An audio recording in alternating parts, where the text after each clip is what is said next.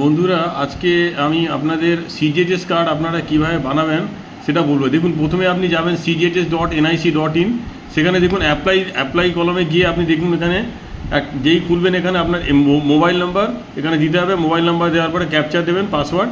এখানে তারপরে আসবে apply for new CGHS card. পুরো ফিল আপ করবেন। ফিল আপ করে সাবমিট করলে আপনি দেখবেন একটা নাম্বার পাবেন, দিয়ে ওরা একটা প্রিন্ট আউট রেখে নেবেন। এরপরে আপনি কি করবেন, এরপরে যাবেন ভারত কোষ বলে যে ওয়েবসাইট, সেখানে যাবেন। ভারত কোষে অ্যাজ পার আপনার এন্টাইটেল মানে আপনার যা গ্রেড পে আছে সেটাকে বেস করে কত টাকা জমা দিতে হবে সেটা জমা দেবেন। জমা দিয়ে ওখান থেকে চালান নেবেন।